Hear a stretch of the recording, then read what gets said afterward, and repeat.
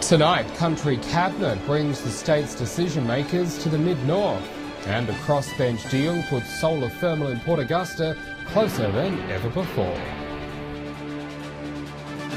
This is Southern Cross News with Tim Hatfield. Good evening. State ministers packed their bags and headed to Port Pirie over the weekend for Country Cabinet. A number of funding announcements were made for the region, but at the centre of last night's forum, discussions with locals, namely on the power crisis. In true Aussie style, the politicians met with the community over a barbecue.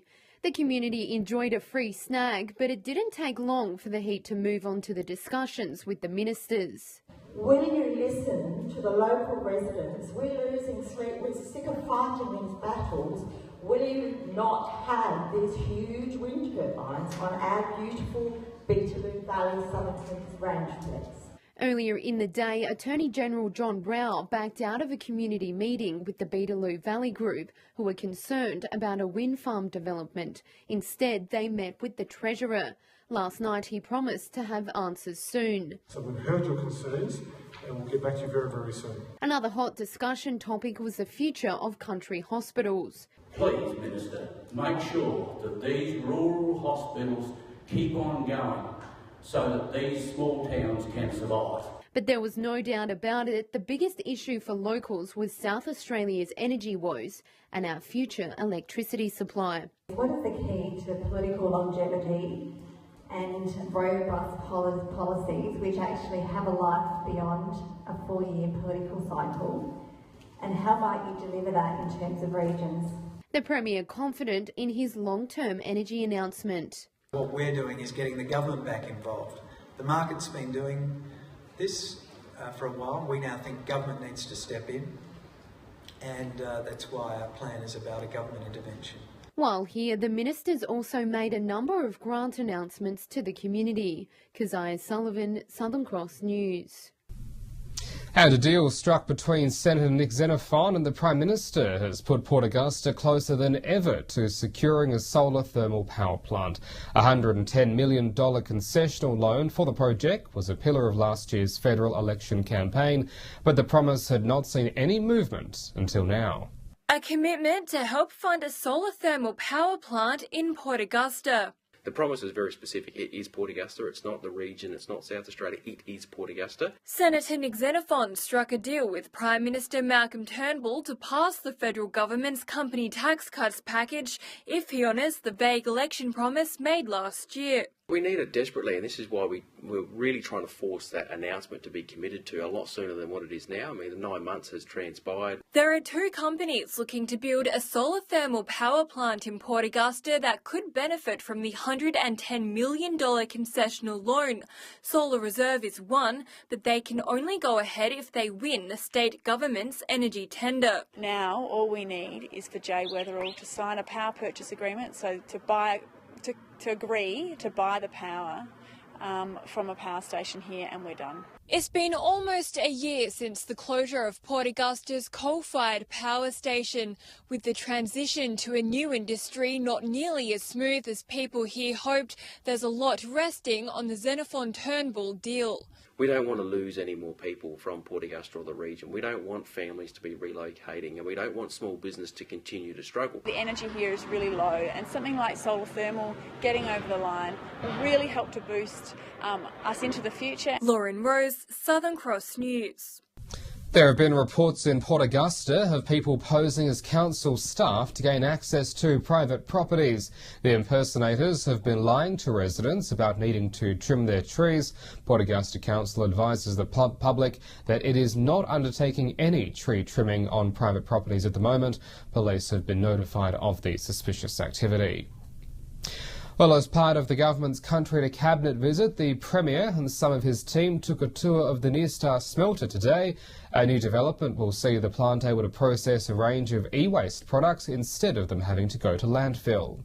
Today, the Premier was reflecting on what could have been for Near Star and Port Pirie. You need to remember where we were. Near Star was on the verge of closure. Instead, the partnership between the state government and Near Star saved the future of the plant and the city. This multi-metal processing plant will be able to take e-waste and process that e-waste and recover some of the precious metals that can underpin the viability of this operation. It'll also crucially clean up the emissions from this facility. But it's been a bumpy ride for the community. First, a detection of asbestos in cargo coming from China. All the asbestos that arrived with one of the modules has been removed, and the whole site has been remediated, and the asbestos has been disposed of safely. And a major power blackout which set the company back millions of dollars. The blackout didn't delay the project or the upgrade, but we had some significant production losses as a result of that. But Nearstar and the state government are looking forward to the future. Premier Weatherall happy with the development he saw today. This town has had a shadow over it, and the shadow has been lead emissions. That's now going to be a thing of the past. This investment is going to completely revitalise not only the morale, but also the branding of Port Pirie and its relationship to the Southern Flinders. The new recycling plant will be the biggest in Australia, and while the project completion date has been pushed back, it's expected to be commissioned by the end of the year. The project is being delayed, the timeline, by roughly 6 months, mostly to do with a rework on the modules that was received from China. Keziah Sullivan, Southern Cross News. Broken Hill City Council is looking at relocating the city's pound to a new site away from its current residential setting. An area near the airport is being considered, with a tender for the project already being advertised.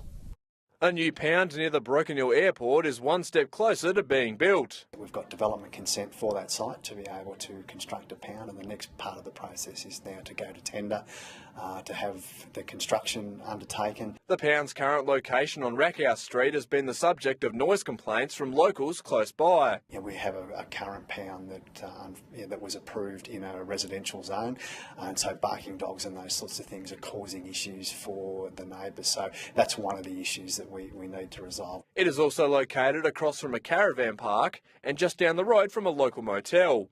Concerns have also been raised regarding the relocation, including comparing the operational costs with having to pay a private contractor. No, well, not until the tender process is closed. We'll have a better understanding of what those figures will be at that point. Last year, council approved a site near the airport as the new location for the pound. Although it may be a longer trip for most locals, the new location resolves many of the current pound's problems. The opportunity that it presents is that it is away from town, so barking dogs and those sorts of issues those sorts of problems aren't going to be issues necessarily for neighbours. So there's no ready neighbours, so I think it'll be a good outcome. Patrick Roinke, Southern Cross News. Well, stay with us. Still to come in tonight's local news, some big fish reeled in as part of the Tuna Classic in Port Lincoln. We'll have a look next.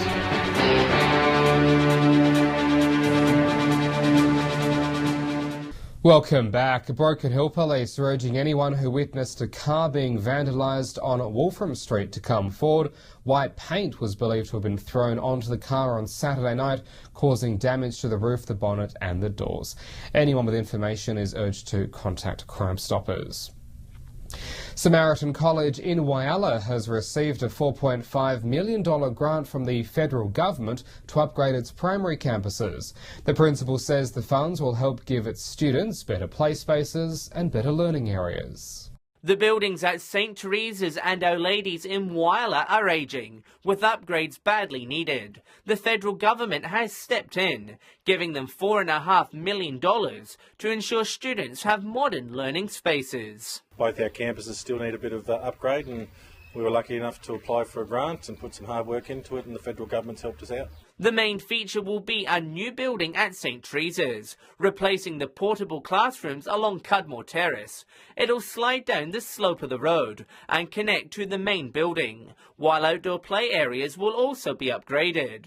Mr Judd says it'll give the kids better opportunities. It'll be modernised with contemporary learning spaces, air conditioning, ICT facilities, new toilets, easier access in and out of the school, and really a great opportunity for them to have better play areas. The school was planning to build one large primary campus, but those plans were postponed until while as economic conditions pick up, and while construction will force changes. Mr. Judd says it will not disrupt the kids' daily routine at both sites. We do have some space at Our Ladies where hopefully there'll be minimal disruptions, but part of the St. Teresa's is that some of the transportables will need to be moved while we do the building project. John Hunt, Southern Cross News.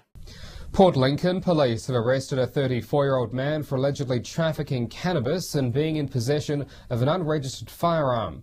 Officers from the Peninsula executed a search warrant at a property in Port Lincoln last week and say they located 5 cannabis plants and 28 grams of methamphetamine. The man was released on bail but has been summoned to appear in the magistrates' court at a later date. Meanwhile, police have also reported a man and seized cannabis plants after a raid on a Mid-North property last week. Officers from Spalding, Borough and Jamestown allegedly found 20 cannabis plants being grown hydroponically inside and a further 17 plants being grown outside. A 57-year-old man was reported for cultivating a commercial crop of cannabis. He'll also face court at a later date. Well, the Port Lincoln Tuna Classic was held over the weekend with anglers from across the state vying to catch the largest bluefin tuna. The competition was a tight finish with a countback required to ultimately award Jazz 2 the winner. But it was a 6-year-old boy who reeled in an 18-kilo fish, stealing the show. It's a race like no other. Riviera fishing boats at full throttle, speeding towards the tuna grounds in hopes of catching this year's winner. It was a great weekend as always. Pretty rough seas, but everyone got through it and great outcome in the end. The rough conditions testing even the sturdiest of sea legs.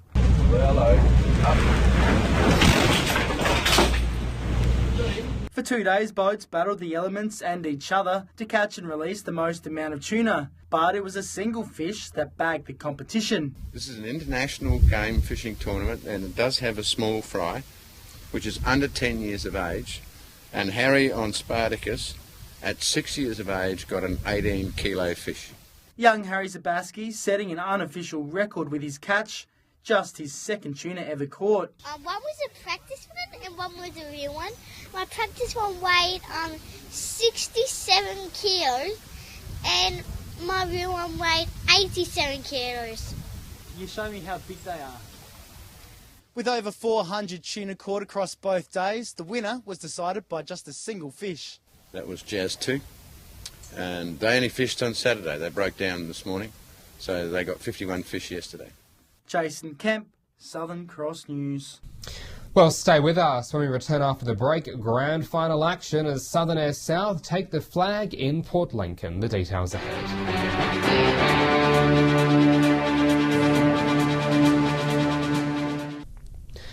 Welcome back. Recent research shows there's been a tourism bonanza around regional New South Wales.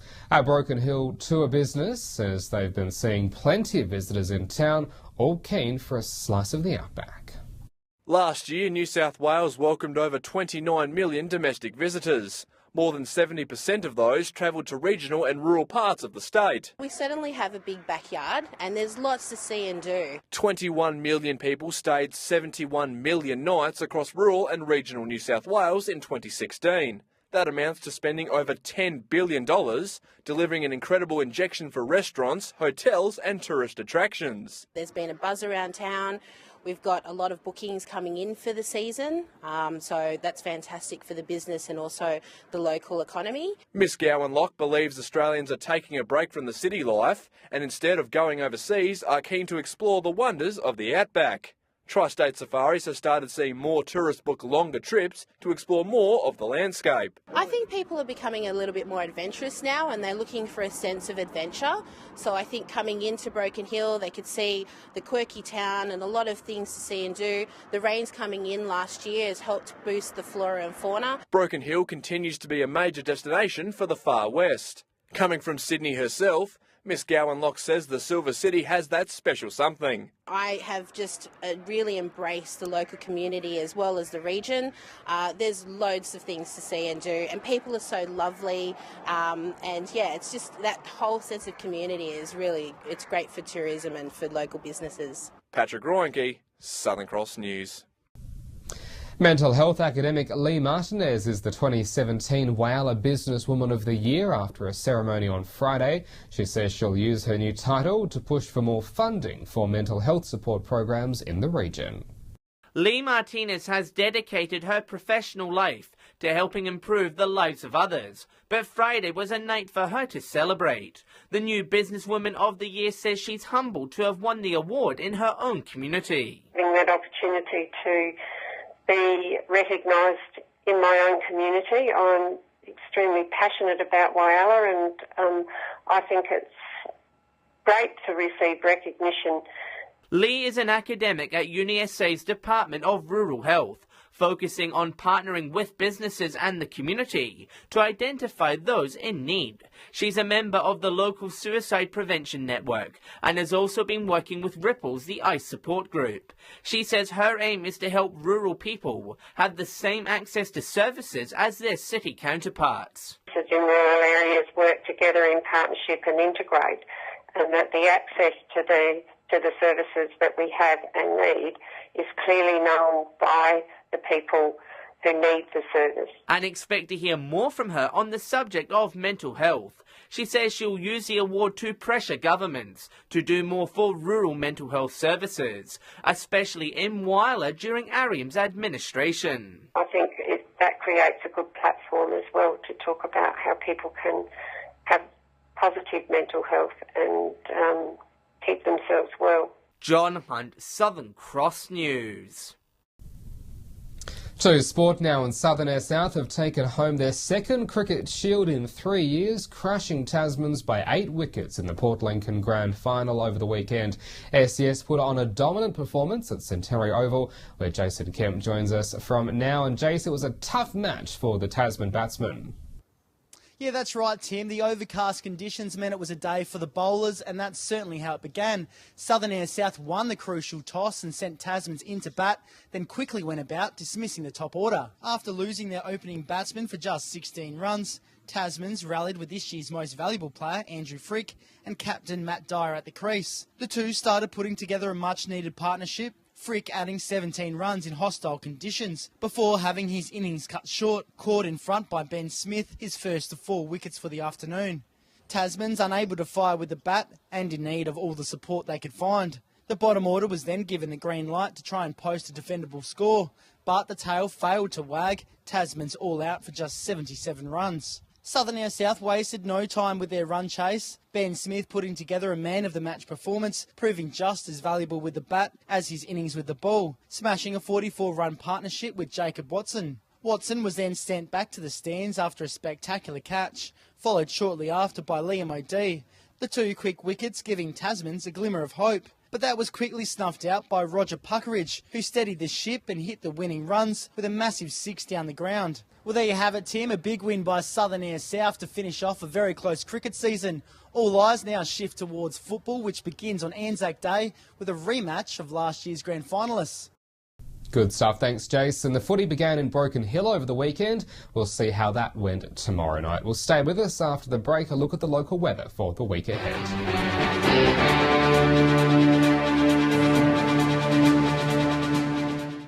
Welcome back. Turning to the weather now, we've had a sunny start to the week, a clear 25 in Port Augusta and 23 in Whyalla. Port Pirie 26 today, a fine 22 in Port Lincoln. Broken Hill sunny today on 24 degrees.